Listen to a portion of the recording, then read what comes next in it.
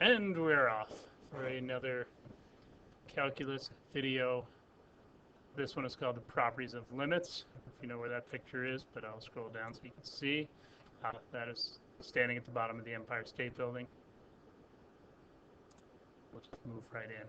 So you've got the worksheet that talks about basically properties of limits, basically trying to get you to type less and me to type less and everyone to type less and write less. So we're just going to kind of walk our way through that, fill in the blanks, see if we can make it make sense. Moved away, so I don't know if you heard that last part, but it'll be okay. So let's go with black, I guess. So basically, we're talking about limits. And this just says the limit as x approaches c of b. And b is just some number. So whatever constant it is, this is a constant. Got it, I think, maybe. That's kind of what it says. All right, so the limit as x approaches c of some constant is just the constant. B is B is B. It doesn't matter what x is doing because it's got nothing to do with x. The limit as x approaches c of x, so as x approaches c, what happens to x? It goes to c. And last, the limit as x approaches c of x to the n. So as x gets closer and closer to some number c, what happens to that x raised to a power? It becomes c to the n. Okay? By way of example, let's look at a few. Let's go this way so I take you in. All right, so as x approaches 2, what's the value of 3? Without hesitation, you said, why, it's 3. Because 3 is 3 is 3. It doesn't have anything to do with what value of x is. This is the y value. Remember the limit? Limit. So this is trying to figure out the y value of 3. X is 2, y is 3. As x approaches -4, what's the limit of x? So as x gets closer to -4, what's x gets closest to? -4. Okay? So what we're doing is we're really just using direct substitution because it's relatively easy to pick out the limit. So there's no place to put an x in here, so it's just 3. There is a place to put the x in here as x approaches 4. We're there. So we're using what's called direct substitution, which might be one of the blanks on your screen there. And finally, the limit as x approaches 2 of x squared is direct substitution, 2 squared, which we all know is 4. Okay? So number 1, number 2, number 3. We've got some more. So we've got 2 functions going on. One of them, f of x, has a limit L. The other one, g of x, has a limit of k. Okay, so we're just going to use those as our sort of our shorthand notation as we move forward. So if I take b, some constant, multiplied by the function, what's going to be the limit of the constant times the function? It's going to be the constant times the limit. Okay? If I find the limit of 2 functions added or subtracted together, so the sum of the limits is the sum of the limit of sums is equal to the sum or difference of the limits. Okay? The product, the limit of a product is the product of the limits. If you have 2 functions multiplied together and I find their limit, I can just take their 2 limits and multiply those together. And think down the bottom here. Oop, that's supposed to say c. Did not fix that one. Oops. Limit as x approaches c of the f of x over the g of x is going to be L divided by k. And that's true as long as k is not equal to 0. Okay. So, some examples. Oops, and what are we up to? This is number 4, 5, 6, 7. So, let's do an example problem. The limit as x approaches 3 of 2x squared minus 5. And what I want you to do is pause for a second, figure out what the limit is, and then which properties did you actually use when you figured out what that limit was. Okay, I'm going to wait. All right, that's enough of that. And hopefully you paused your back and you've got the limit. Hopefully you came up with the limit is 13. 3 squared is 9, 2 times 9 is 18, 18 minus 5 is 13. What properties did you use? That's the question. So I think you used number 3. Okay, something with an exponent, right? Let's just flip back to that one. Number 3, yeah, with an exponent. Okay, so property number 3. We, I think, used property number 4, okay, because we did a constant multiplier. And I think we used number 5 here when we subtracted the functions together. Is that right? So we got 13. All right, try this one. All right, oh, there it is. It's way down there. I can get to it. Oh, there was more. All right, well, let's do that one, and then we'll go back to this one. I'll just tell you. It's L to the N. You knew that. That's number 8, if we ever need it. All right, so pause for a second. Get ourselves a value. Come back. We'll talk. We'll figure out which properties we use. 1, 2, 3, 4, 5, 6, 7, and 8.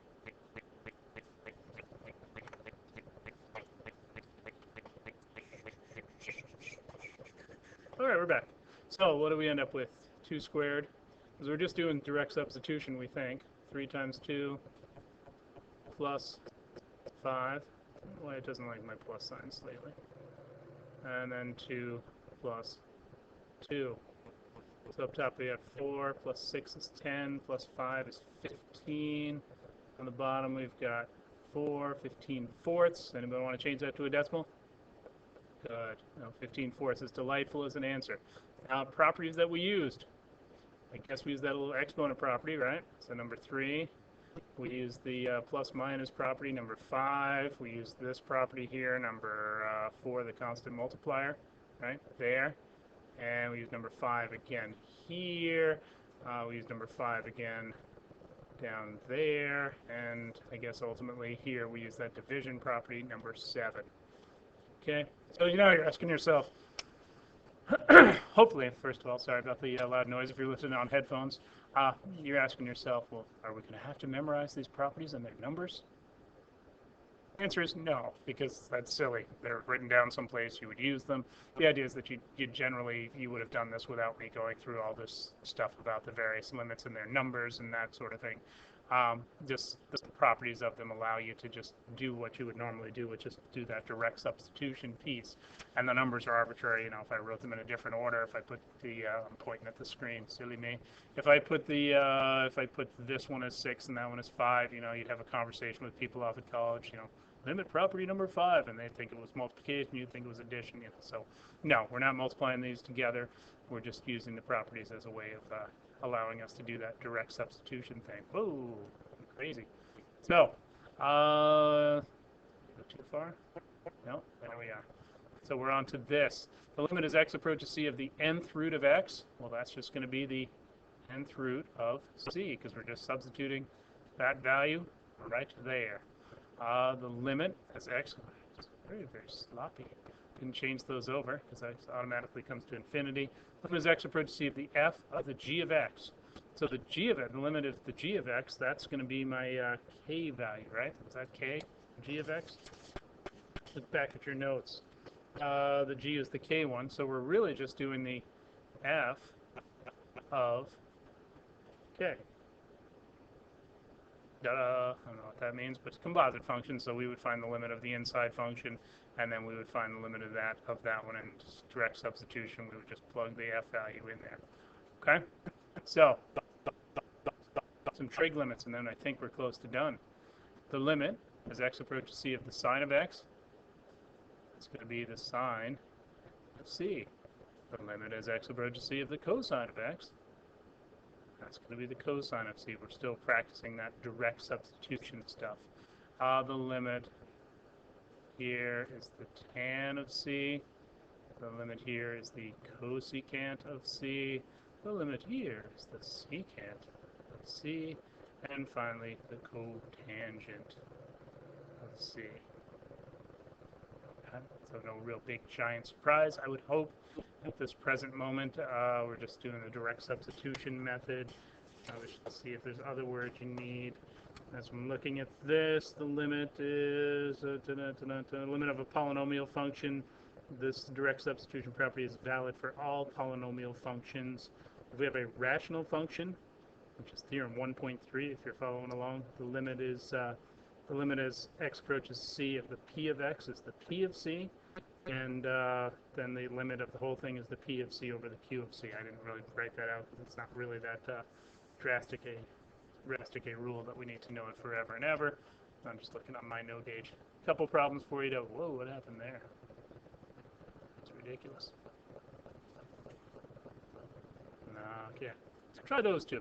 This is the limit as x approaches pi of x phi, or x cosine x. Let's do that one first, and then we can work on that one. I'll pause for a second and do them, or just wait till I do them in 4 seconds. All right, great. You paused, or you just waited me out. This is going to be pi times the cosine of pi. And what is the cosine of pi? That's probably the real question that we need to remember. And if we remember what the cosine curve looks like, starts high, goes low like that. So where are we? At pi, we're down at -1. So it's pi times -1. So it's negative pi.